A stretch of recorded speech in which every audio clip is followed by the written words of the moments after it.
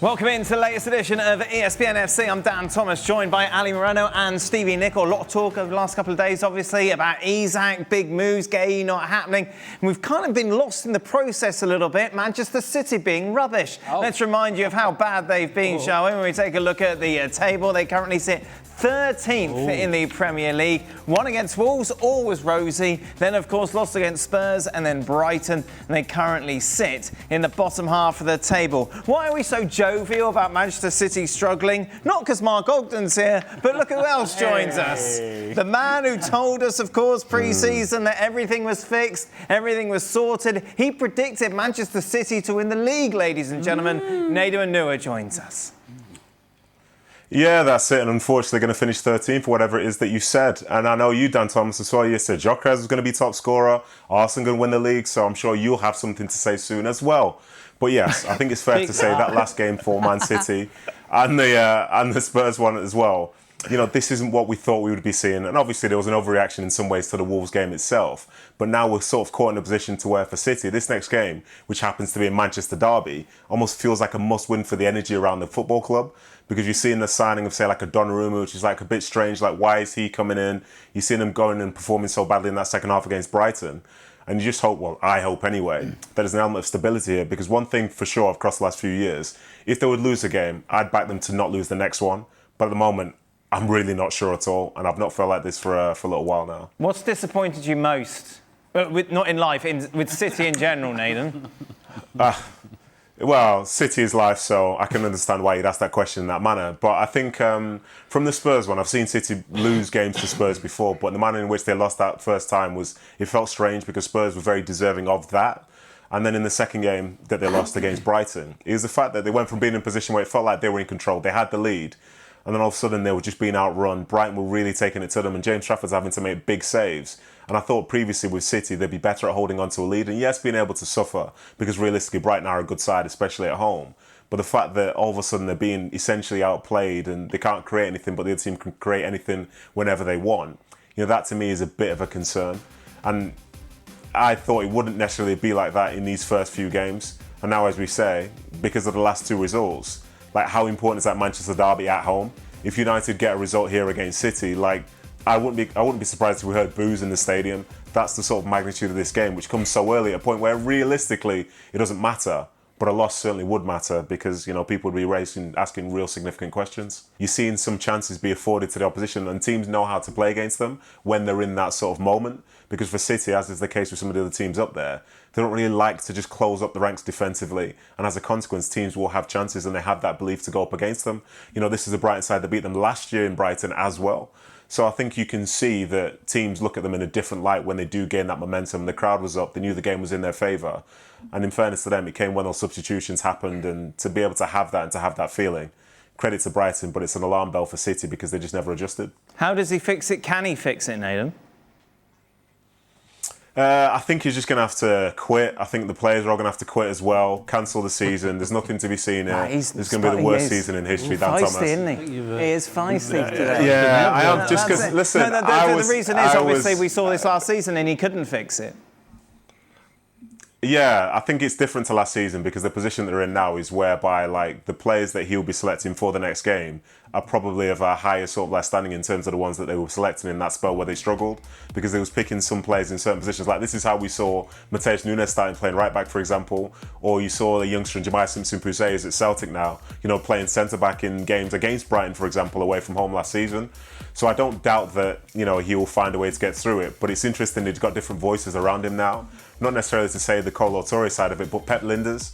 Pep Lijnders might see this in a slightly different way to the way Guardiola does. How do the two come together to create something that's going to suit those players and suit the moment for City in any particular time? So I think it's interesting because you don't know how it's going to go. You don't know who's going to be playing in net. And as a consequence, that element of stability, which we've seen for many years now, all of a sudden you're a little bit unsure. And it comes at a time when teams really know that they're there for the taking every so often. Do you know, you're talking about desire there.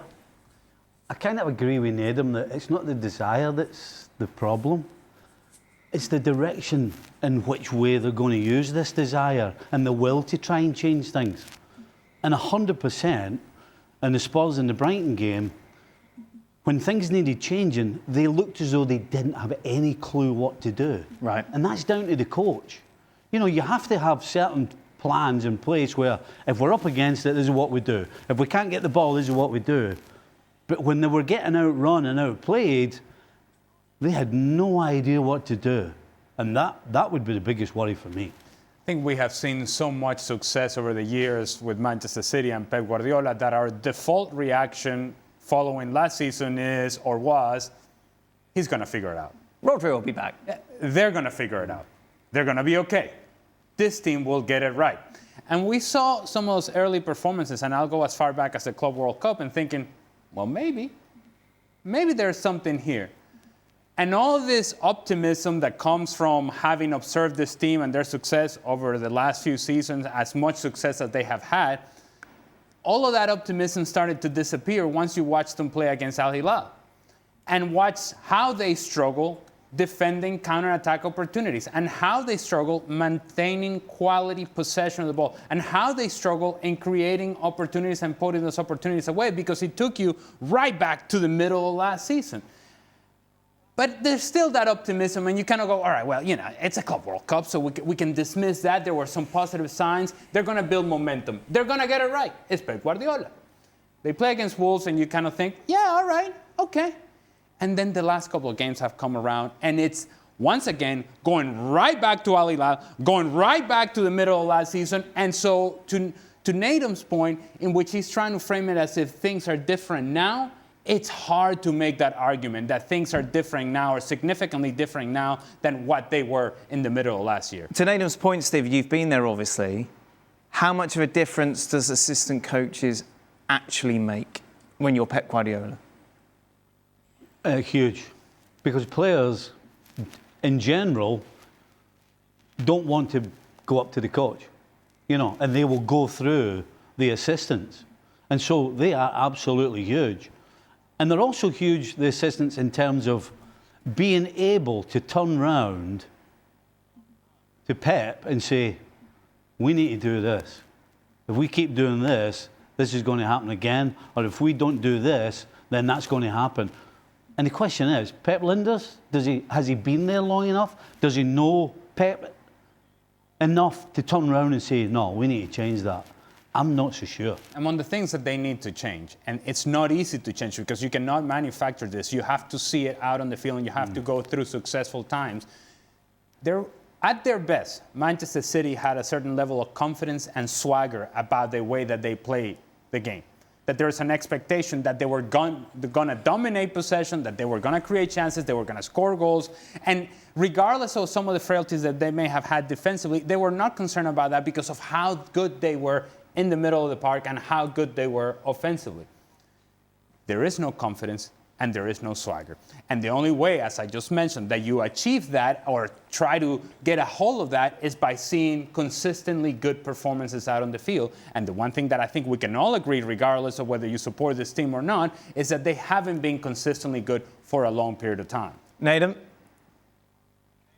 No, I think that's fair. And I think the points that everyone's making, I think they are right fair in themselves. And I think this season, you look at, say, those first few games, and you're seeing someone like a James Trafford in goal, who's a good goalkeeper, and I think will be like an England international. But you're wondering, well, how does he fit in with this City side? I think you saw in the Spurs game how, like, he's trying to do the things the right way for what the system needs, but he's not going to do it the same way that, say, Edison did, because I think Edison took City to a whole new level.